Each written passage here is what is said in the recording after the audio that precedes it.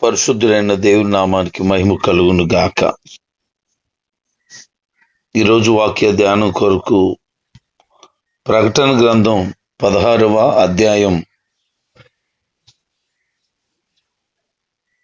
పరలోకంలో ఉన్న దేవాలయంలో నుంచి ఒక గొప్ప స్వరం వినబడుతోంది. ఆ స్వరం 7 దేవదూతలతో చెప్తున్నటువంటి మాట, దేవుని యొక్క 7 కోప పాత్రలు భూమి మీద కుమరించండి అని వినబడుతూ ఉంటుండగా, మొదటి దూత తన పని ప్రారంభించాడు. 7 కోప పాత్రలు, 7 ముద్రలు దేవుని చేతిలోని చుట్టబడినటువంటి పత్రాన్ని పూర్తిగా మూసివేశాయి. ఆ 7 బూరలు రాబోయే విపత్తు గురించి పూర్తిగా హెచ్చరికలు ఇచ్చాయి. ఈ 7 పాత్రల్లో లోకం అంతటి మీద ఉన్న దేవుని ఉగ్రత పరిమాణం పూర్తిగా ఇమిడి ఉంది. ఈ పాత్రల కింద జరగబోయే విపత్తులు, బూరల సమయంలో జరగబోయే విపత్తులను కొన్ని విధాలుగా పోలినవి కానీ వాటికంటే ఇవి కఠినమైనవిగాను తీవ్రమైనవిగాను మనకు కనబడుతూ ఉన్నాయి. ఈ యొక్క మొదటి దూత వెళ్ళి భూమి మీద తన పాత్రను కుమ్మరించినప్పుడు మృగం ముద్ర, అదేవిధంగా విగ్రహాన్ని పూజించే వారి మీద అసహ్యమైనటువంటి చెడ్డ కురు పుట్టిందట.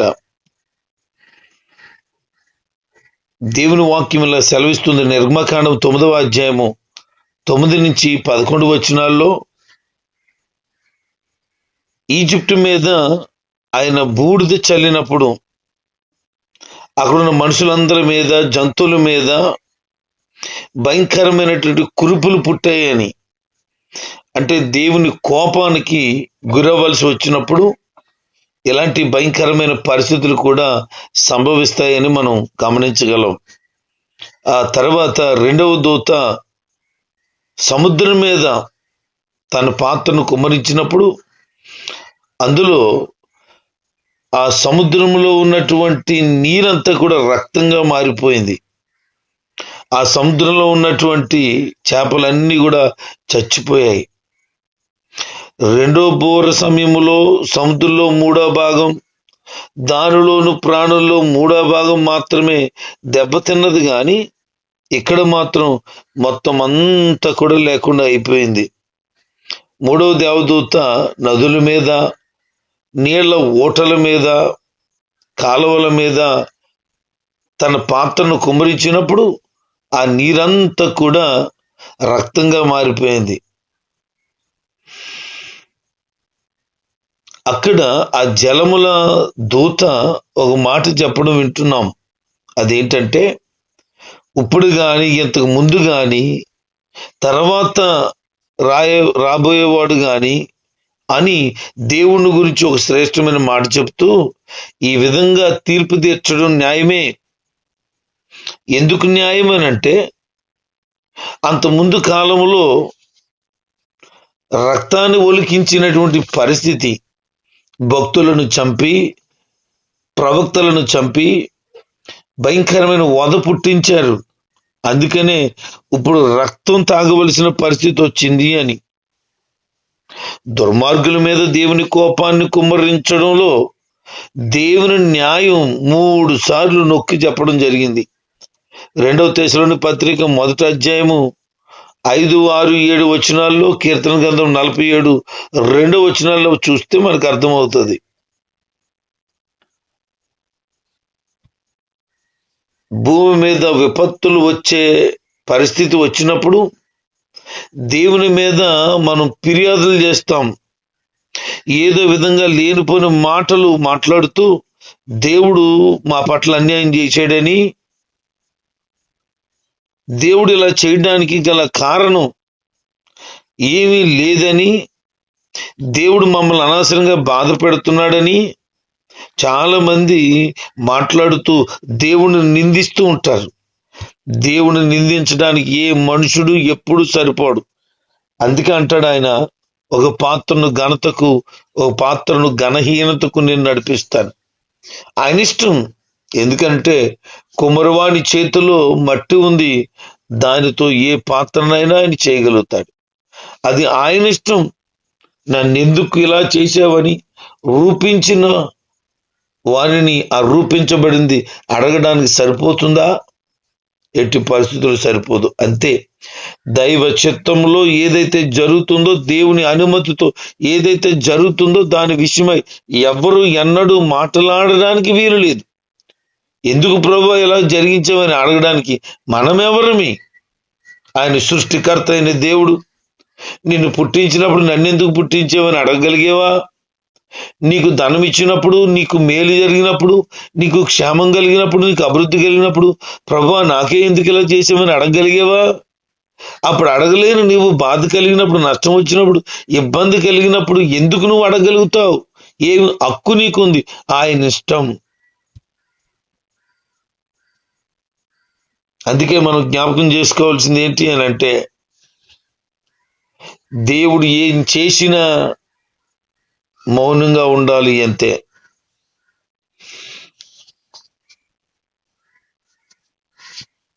సర్వశక్తి కలిగినటువంటి దేవుడు, ఆయన తీర్పులు ఎప్పుడు కూడా యథార్థమైనవే, న్యాయమైనవే అని ఒక స్వరం ఆ బలిపీఠం దగ్గర నుంచి పలకడం వింటున్నాడు. దానికి ఎవరు ఏమీ మాట్లాడడానికి అవకాశం లేనే లేదు. 4వ దేవదూత సూర్యుడి మీద తన ఉగ్రత పాత్రను కుమ్మరించడం జరిగింది. సూర్యమండలంలో 3వ భాగం మాత్రమే దెబ్బతిన్నదని 8వ అధ్యాయం 12వ వచనం రాయబడితే, ఇక్కడ ఏమైందనంటే దాని యొక్క తీవ్రత మరింత పెరిగింది అని. మనుషులు ఏమైపోతారు అనంటే ఆ తీవ్రమైన వేడికి మాడిపోయారట. ఈ బాధల మీద అధికారం ఉన్నటువంటి దేవుని పేరును వారు దూషిస్తున్నారు. మొన్న ఒక దేశంలో తీవ్రమైనటువంటి ఎండ, వాస్తవానికి 5, 6 దాదాపు 10 మాత్రమే డిగ్రీల సెల్సియస్ ఉండవలసినటువంటి వేడి ఆ దేశంలో 35, 34 వెళ్ళిపోయింది. వాళ్ళ యొక్క విధి విధానాలను బట్టి రోడ్లు కానీ అక్కడ ఉన్నటువంటి ఏదైనా సరే ఆ యొక్క వాతావరణానికి తగ్గట్టుగా తయారు చేశారు. కానీ ఈ 34 డిగ్రీల సెల్సియస్ వేడి వారు తట్టుకోలేక నీళ్ళలో దూకేశారు, ఏసీల్లోకి వెళ్ళిపోయారు, ఎన్నో రకాలైన ప్రయోగాలు చేశారు వాళ్ళు వేడి తట్టుకోలేక. అంత భయంకరమైన, అది కేవలం సూచన మాత్రమే. ఈ భూమి మీద చాలా సంగతులు జరుగుతుంటే ప్రజలకు అర్థం ఏంటి ఇలా జరుగుతుంది, సృష్టి ఏంటి ఇలాగన వికృతంగా ప్రవర్తిస్తున్నట్టుంది ఏంటి అనుకుంటున్నారు. ప్రవర్తించడం కాదు, దేవుడు సూచనలు చెప్తున్నాడు. భూకంపాలు వచ్చేసాయి, వందలాది మంది చనిపోతున్నారు. కారణం ఏంటి? కరువు వస్తుంది. ఎందుకు వస్తుంది? ఆయన అడ్వాన్స్ గా చెప్తున్నాడు. నీళ్లు ప్రవాహంలాగా ఎగిసిపడుతున్నాయి. కొన్ని స్థలాల్లో రీసెంట్ గా చైనా దేశంలో విస్తృతమైనటువంటి ప్రవాహం వచ్చేసింది. కార్లు చాలా బిల్డింగ్స్ కూలిపోయి, కార్లు కొట్టుకుపోయి, ఏం చెప్పాలి ఏం చేయాలి అర్థం కాలేదు. ఏం జరుగుతుంది? రాబోయే భయంకరమైన దానికి ఇది సూచన మాత్రమే. ఇంత భయంకరమైన ఎండ అని వాళ్ళంటే, ఈ సంవత్సరం మన ప్రాంతంలో కాసినటువంటి ఎండ ఎంత తీవ్రతగా ఉంది గుర్తుపెట్టుకోండి. ఇంట్లోంచి బయటకు రావడానికి కూడా అస్సలు వల్ల పడలేదు. ఏసీ రూమ్స్ లో ఉంటే తప్ప ప్రాణం ఆ మాత్రం ఉండలేదు అన్నంతుంది. అంత భయంకరంగా చెప్పాలంటే రేకు షెడ్లు రేకులు బద్దలైసిపోయినాయి. అలాంటి పరిస్థితి. ఇంత ఎండ వచ్చేసింది ఏంటి, ఇంత వేడేంటి? మన ప్రాంతంలో ఎప్పుడూ లేనంతగా 49 డిగ్రీల సెల్సియస్ నమోదైంది. అంటే చాలా భయంకరమైన ఎండే. మన శరీరాలు దానికి సిద్ధపడలేదు, తట్టుకోలేకపోయాయి. ఆ రోజుల్లో ఎవరు కూడా సాధారణ మనుషులు బయట కనిపించే వీలు కాలేకపోయింది, అంత తీవ్రత. ఇది జస్ట్ శాంపుల్ మాత్రమే. ఇదిగో దేవుని వాక్యం చెప్పబడుతుంది. అంత్యకాలంలో ఏం జరగబోతుంది అనంటే, 4వ దేవదూత సూర్యుడి మీదకు ఎప్పుడైతే ఆ పాత్రను కుమ్మరించిందో అక్కడి నుంచి వచ్చినటువంటి విపరీతమైన వేడి ఎంత భయంకరంగా ఉంది అనంటే మనుషుల వల్ల కాలేకపోయింది. బ్రతకడం విపరీతమైన కష్టం అయిపోయింది. జనాలు మాడిపోయారట. ఏం చేయాలో అర్థం కాక దేవుని తిట్టడం ప్రారంభించారు, దేవుని నామాన్ని దూషించడం ప్రారంభించారు. వాస్తవానికి దేవుని తిట్టవసరం లేదు. పశ్చాత్తాపడి పాపములు ఒప్పుకొని, అయ్యా మేము తప్పు చేశాం, నీకు నచ్చని క్రియలు చేశాం, క్రూర మృగానికి ముఖ్యం, ప్రతిమను చేసుకుని ముఖ్యం అని దేవుణ్ణి మేము మరిచామనే పశ్చాత్తాపం వాళ్ళకి వస్తే బాగుండు. రాలేదు, హృదయాలు కఠినమైపోయాయి. 5వ దేవదూత ఆ మృగం ఎక్కడైతే కూర్చుందో ఆ సింహాసనం మీద పాత్రను కుమ్మరించింది. దాని యొక్క రాజ్యం అంతా కూడా చీకటైపోయింది. మనుషులు ఆ చీకటిని తట్టుకోలేక నాలుకలు కొరుకున్నారట. అయ్యి బాబు, ఏంటింత భయంకరమైన పరిస్థితి!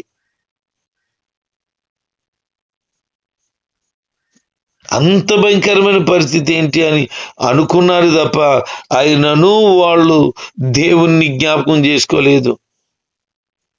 వాళ్ళకి కురుపులు వచ్చాయి, దాన్ని బట్టి దేవుని దూషించారు.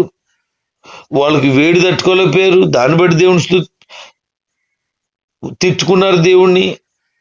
మరలా వాళ్ళకి వేదనలు కలిగాయి, చీకటి వచ్చింది, మళ్ళీ దేవుని తిట్టుకున్నారు. పశ్చాత్తాపం మాత్రం వాళ్ళు లేదు. పశ్చాత్తాపం లేని ప్రజలు 6వ దేవదూత యూఫ్రటీస్ అనేటువంటి మహానది మీద తన పాత్రను కుమ్మరించాడు. అదేం చేసిందంటే తూర్పు రాజులను, వారికి దారిని అది సిద్ధం చేసింది. అది ఈ యూఫ్రటీస్ అంతా కూడా ఎండిపోయేటట్లు అయిపోయింది. యూఫ్రటీస్ నది అది సంపూర్ణంగా ఎండిపోయిందట. రెక్కలు ఉన్నటువంటి సర్పం నోట్లో నుంచి, మృగం నోట్లో నుంచి, కపట ప్రవక్త నోట్లో నుంచి కప్పల్లాంటి 3 భయంకరమైనటువంటి మలినమైనటువంటి దురాత్మలు బయటకు వచ్చాయి. ఇలాంటి యుగాంతంలో గొప్ప సైన్యాలు ప్రయాణాలు చేసేందుకు కారణం సరైన ఆలోచన కాదు, యుద్ధ నీతికి అనుసరించడం కూడా కాదు. ఇది దేశ పాలకులను, దయ్యాలను మోసగించి పురుగొల్పుతాయని మనం గుర్తించుకోవాలి. ఆ దయ్యాలు ఎక్కడి నుంచి వచ్చాయో గమనిస్తున్నారా? సాతాను, రాబోయే క్రీస్తు విరోధి కపట ప్రవక్త, వారు నోట్లలో నుంచి దయ్యాలు విడుదలవుతున్నాయి. అవేం చేస్తున్నాయంటే ప్రజలను కంప్లీట్గా వాటి స్వాధీనంలో తీసుకోబోతున్నాయి. అవి ఒక భయంకరమైన పెద్ద యుద్ధానికి సిద్ధం చేస్తున్నాయి. అవి మామూలు కాదవి, సూచనల కోసం అద్భుతాలు చేసేటువంటి పిశాచాలవి. అమిత శక్తి కలిగిన దేవుని యొక్క మహాదినానికి, యుద్ధానికి రెడీ చేస్తున్నాయి ప్రజలను. అంటే దేవుడి మీద యుద్ధానికి చేయడానికి అవి సిద్ధమవుతున్నాయి, ప్రజలను అలా సంసిద్ధపరుస్తున్నాయి. ప్రజల దగ్గరికి వెళ్ళిపోయి, రాజుల దగ్గరికి వెళ్ళిపోయి అవన్నీ వాళ్ళని ప్రేరేపించాయి. అర్మెగిద్దో అనేటువంటి ప్రాంతంలో యుద్ధానికి అవి సంసిద్ధపరుస్తున్నాయి. దేవుని వాక్యమే సెలవిస్తుంది, ఆయన దొంగ వలె వస్తున్నాడు. ఎప్పుడు వస్తాడో తెలియదు గనక మీరు జాగ్రత్తగా ఉండండి. సిగ్గుపాలు కాకుండా ఉండేటట్లుగా దైవికమైన భయము, భక్తి కలిగి మీ రక్షణ వస్త్రములను కాపాడుకోండి అనే ఒక మాట వినబడుతుంది అక్కడ. ఈరోజు క్రీస్తుని ఎరిగిన వారు, రక్షణ వస్త్రమును కాపాడుకుని దైవికమైనటువంటి ప్రభావం చేత నింపబడటానికి సిద్ధపడాలి. అర్మగిద్దు అనే స్థలం యుద్ధానికి సిద్ధమవుతూ ఉంటుంది. అర్మగిద్దు ఇబ్రూ భాషలో హర్ అనేటువంటి కొండ, పర్వతం. మెగిద్దో ఇశ్రాయేలు దేశంలో ఒక విశాలమైన మైదాన ప్రాంతం. అది నజరేతు గ్రామానికి గలిలయ కొండకు దక్షిణాన కర్మేలు పర్వతం పంక్తిని తూర్పుగా ఉన్న ప్రాంతం. 2వ తెస్సలోనికీ పత్రిక 35వ అధ్యాయము 22వ వచనం, జకరియా గ్రంథం 12వ అధ్యాయం 11వ వచనం మనం గమనించవచ్చు. దీన్ని ఎస్ద్రోలెన్ మైదానమని, ఇజ్రాయేల్ లోయ అని అంటారు. మెగిద్దో అనే పురాతనమైన పట్టణం ఈ మైదానము దక్షిణ సరిహద్దుల్లో ఉంది. న్యాయాధిపతుల గ్రంథం 1వ అధ్యాయము 27వ వచనంలో మనకు కనబడుతుంది. 7వ దేవదూత గాలిలో తన పాత్రను కుమ్మరించాడట. అప్పుడు పరలోక గర్భాలయం నుండి, సింహాసనం నుండి ఒక గొప్ప స్వరం ఇలా మాట్లాడడం ప్రారంభించింది. ఆ స్వరం ఏముందంటే, అంతా అయిపోయింది, ఇంకా సమాప్తమైంది, ఇక జరగవలసినటువంటి కీడులు, ఉపద్రవాలు, భయంకరమైన పరిస్థితులు ఇక ముగించబడే సమయం అయిపోయింది, ఇక ముగింపు అయిపోతుంది అని చెప్పింది. అప్పుడు భయంకరమైన ఉరుములు, మెరుపులు పుట్టాయి. ప్రమాణమైనటువంటి భూకంపం భూమి మీద కలిగిందట. అలాంటిది ఎప్పుడు మనుషులు చూసి ఉండలేదట. ఇప్పుడు మనం చూస్తున్న జస్ట్ శాంపుల్ మాత్రమే.